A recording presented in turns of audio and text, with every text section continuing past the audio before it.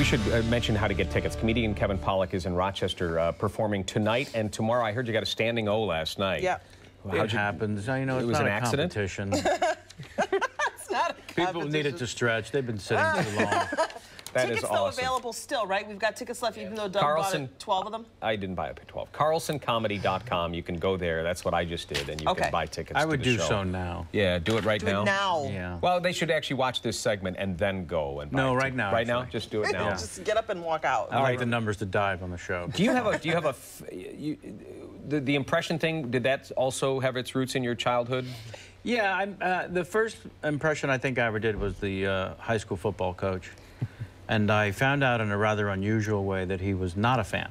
Were you, An unusual were way? you a player on the I was team? in the quad one day with other students, and someone came up from behind me and got me into a headlock. It was the coach. Oh! And he whispered in my ear, "I heard about it, and I don't think it's funny." And I remember as I was passing out, I thought, I could probably learn how to do Marlon Brando. Who's your favorite? Well, I want to know first, as the football coach, did you ever have contact with him after that, and is he now a fan? I don't know. Okay, okay. Yeah, I It would be ran fun in the to- opposite direction rather quickly.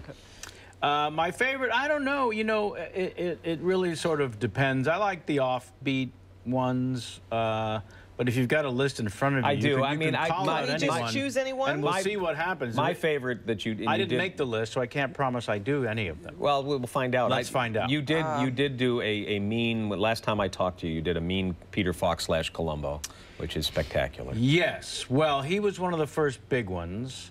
I did on the Tonight Show for Johnny Carson, who loved Peter Falk. Yeah. And I think it was the very first question on the very first episode. Nice. Of the show. I ended up doing almost 20 appearances on the show.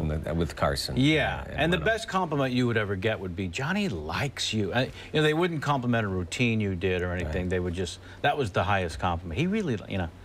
So I knew he liked Peter, so the first question I think he's, "Now, Kevin, you've got a new movie out called Willow. We'll talk about that in just a moment. Somebody told me that you do Peter Falk. Is that right?" And I said, "Johnny, that's a bold-faced lie."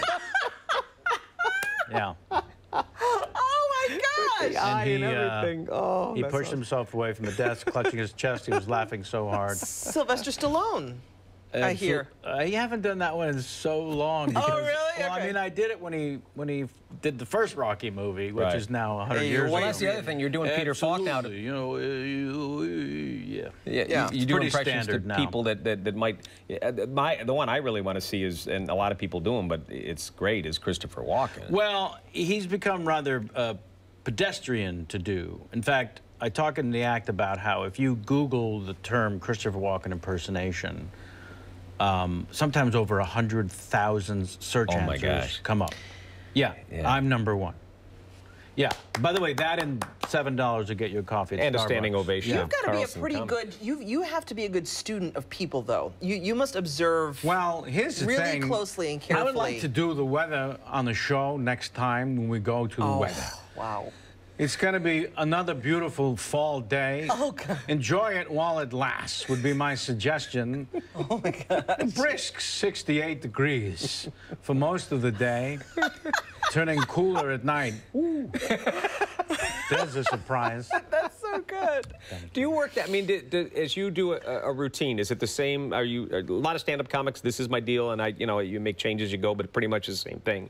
Are you that way, or do you get up and get sidetracked and go off in different directions? I have a prepared show that I do. I'll mix up the order of things, and then sometimes the audience's feedback absolutely can take things in different directions.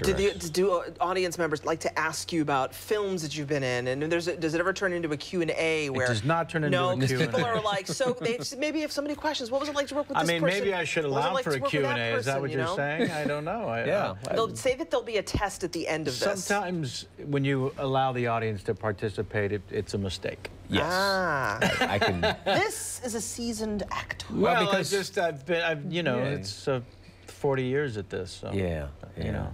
Is it still your favorite thing to do, the stand-up? I think so. I think it is. Yeah. Yeah, because it's so in the moment and so alive. And, and you're the boss of it. And you you are the writer, the director, the editor, the performer, the choreographer. It's all you. And you live and die on your own wits. Yeah. You know, there's a big fight tomorrow night, and I've likened what comedians do to a prize fighter, because you have people in your corner, you have a trainer and all that, but once you step into the ring, it's all your own wits and instincts. A lot of that stuff actually covered in a film I directed a couple years ago, a documentary featuring 60 annoyingly famous funny people called Misery Loves Comedy. I'm going to be annoying right now and say we got to go. We're out of time. CarlsonComedy.com.